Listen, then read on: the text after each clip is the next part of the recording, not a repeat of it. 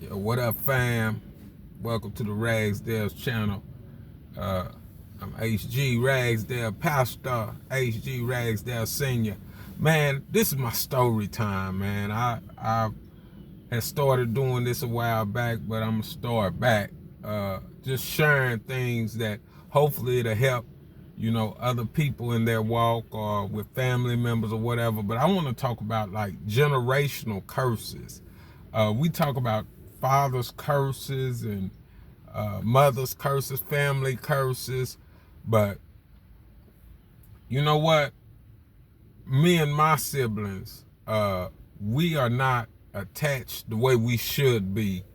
Uh, and really, if we look at it, it's a result of our parents, especially my father. My father came up with it was three of brothers, two sisters, really, but I'm gonna just target these three brothers because my dad was the oldest, and then he had two right behind him. Now, my dad lost his eye at an early age, so he wasn't able to do the military career that he had planned. So he ended up just working a job, marrying my mom, and just being a stable foundation, really, as a family man. Not realizing it because from what I hear, his mother spoiled him after when he was 13 and a guy knocked his eye out. His mother began to spoil him.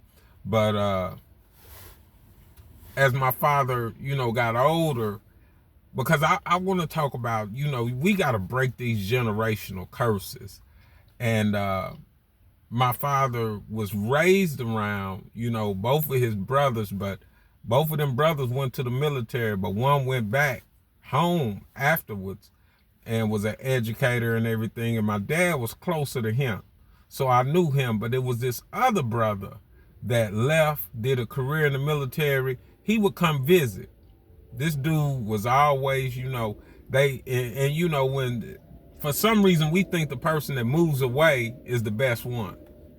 Like he's got the most education, the most money or whatever. That's what they thought about this dude. I never thought anything of him because I didn't know him. But later on, speeding up, after my mom passed away and everything, everyone went their separate ways. My dad went through another marriage, and he ended up living with me in Dallas, Texas. And I want to get these dates right because I brought him to Texas, I believe in 2009 for the first time, and he was getting up there in years, and he was doing well though. He was doing well with me. We had took him to the doctor, and he was diabetic, and they also said he had the onset of Alzheimer's or dementia. And I wasn't educated in dementia. I didn't know anything about dementia. Neither did he. But what we did was, I said, Raz, you gonna fight this? He was like, yeah, we gonna fight it. We dapped up. We went on with our day. You know what I'm saying? We kept living life.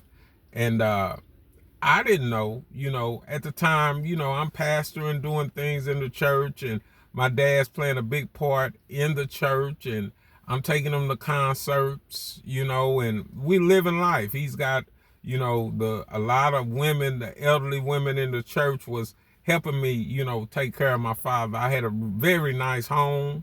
I didn't know at this same time he's in contact with his brothers, which, you always want that. That's a good thing. So all of a sudden, I guess through dementia or whatever, my dad would forget that he was eating or something. But I didn't know this. I'm working full-time job, pastoring, because I never took money from the church. I always worked because that's the way my father raised me to be, to always work and pay your bills and do everything you need to do for your family, you know. So you know, he's talking to his brothers, and I guess he was telling them that I wasn't feeding him or he wasn't eating. Now, the brother that he was close to, I never really liked the cat because when I was little, he had a sauce problem, and he was just shady. He was just a shicey type of cat. So all he ever got from me was the respect as my daddy's brother. You know, I had to respect him as a child because he was my elder. But I saw that when I was little. So when I got older, I really didn't really cut for the dude. You know, I didn't cut with some of his decision making, some of the things he did. I really didn't cut for the dude. Now the other one that moved far away, I really didn't know him, so I didn't have a judgment of him. But I knew when I did meet him, he was real critiquish of me. Because like with my old man, I call my dad Rags. So when I met his brother, he was like, you call your dad Rags by his first name? I'm like, yeah. And I let him know whatever relationship we have, that's between me and my father. He established that relationship. If he's got a problem with me calling him Rags, and we're both grown men, he'll let me know, not you. So, you know, when you stand your ground as a black man, I hate to say this, but it's true, y'all. Black people don't like a stand-up man. I didn't chest up to him. I just said, that's our relationship. That's really, basically, I was telling him, that's none of your business what me and my father got going on. You know what I'm saying? It really was none of his business. So, you know, I guess my dad was, the dementia was setting in, diabetes and everything. So, and remember, this is about breaking generational curses, y'all. Because before I'm done with this, I plead the blood of Jesus on forgiveness. And some with black people, the people that are close to you, those are the ones you are harbor the most resentment towards. Please, y'all, get this. We're all God's children.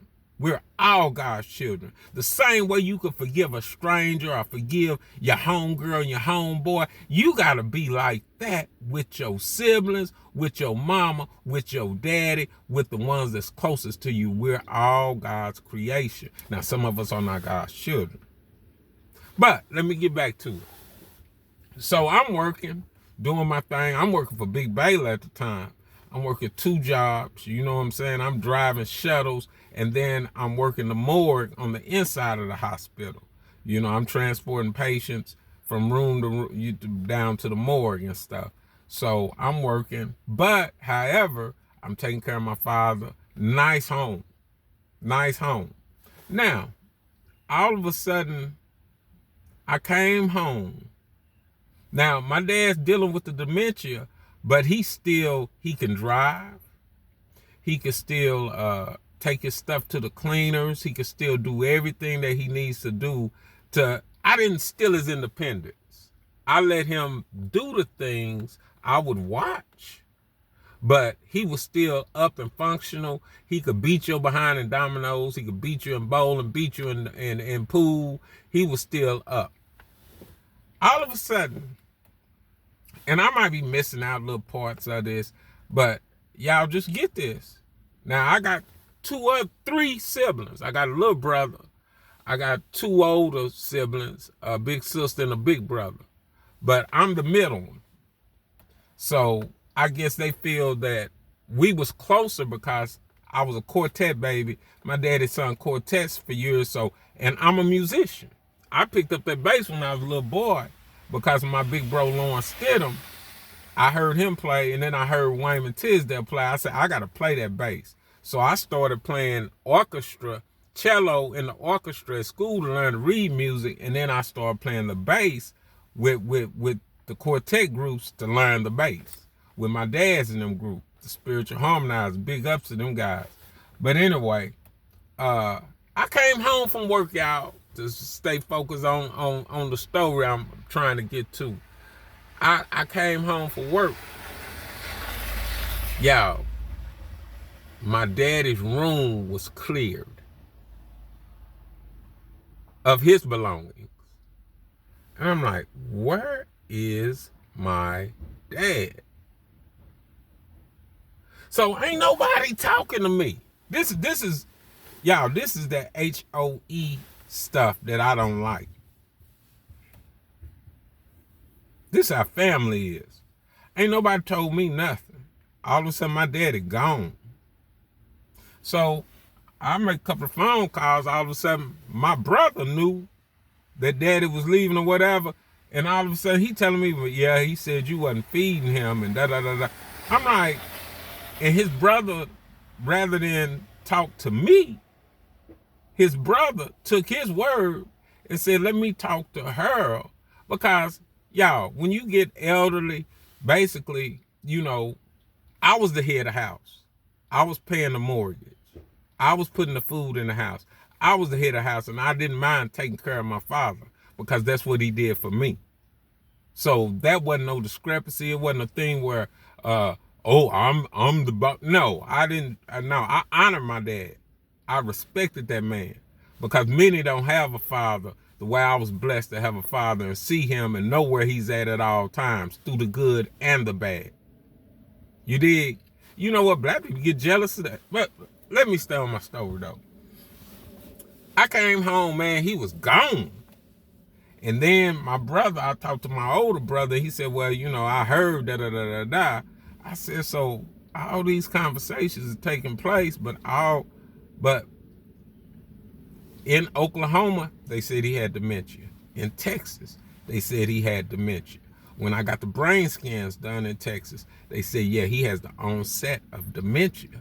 And they started explaining how dementia patients get as it progresses. So his brother, now, I don't know he coming. I don't know.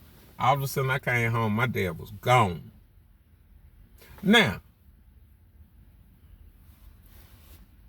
when I talked to his brother, all he said was, that's a real nice home, Harold Gene, that you live in. I'm like, what did, you know, I'm just looking at him like, dude, I don't even know you. And for what I know, you didn't even raise your kids. I remember going to a place where his son got up and spoke, and his son was like 51 years old. His son got up and said he remember sitting at the window every day waiting on his daddy to come home and running out there and stuff for his daddy to come home. He said one day he sat in that window, his daddy never came back home. Now, you ain't the one to try to judge nobody's father and son relationship when yours was trash. Your daughter passed away and didn't even want you to know she was on her deathbed. You trash, bro. But anyway, God gonna deliver us from all this, y'all. But I would rather get it out like this because it's part of healing. So he's saying, you know, well, Charles said you wasn't feeding him, da-da-da-da. I said, why come you didn't talk to me? So we could have worked as a team to see that we're dealing with dementia. Okay, speed it up. Now, the brother, my dad, later on told me he thought he was going to stay with, the one that was out of town and everybody looked up to like he was the boss. He didn't take my daddy to his house. He took my daddy to his little brother's house, who was married to and had a house or whatever with his wife. He took him back to Muskogee, man. My dad said he didn't want to go back to Muskogee. He didn't know he was going to Muskogee. He said he thought he was going with his other brother.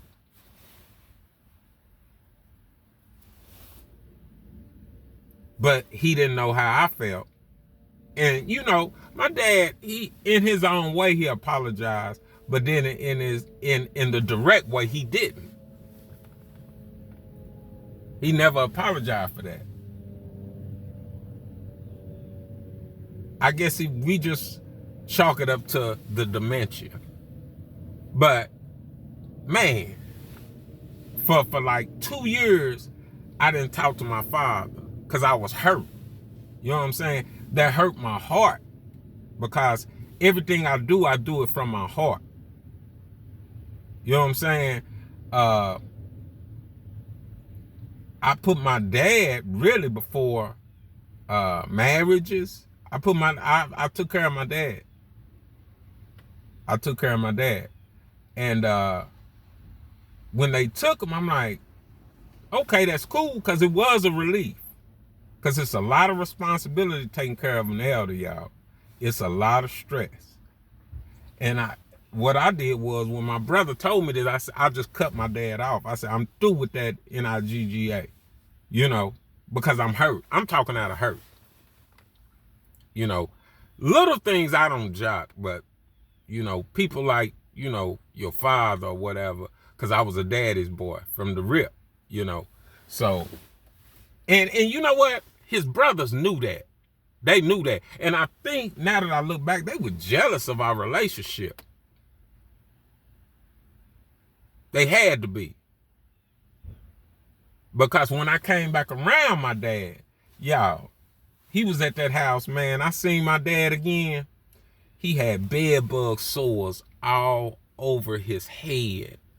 He was bed bugs. They had bit him up all over his body.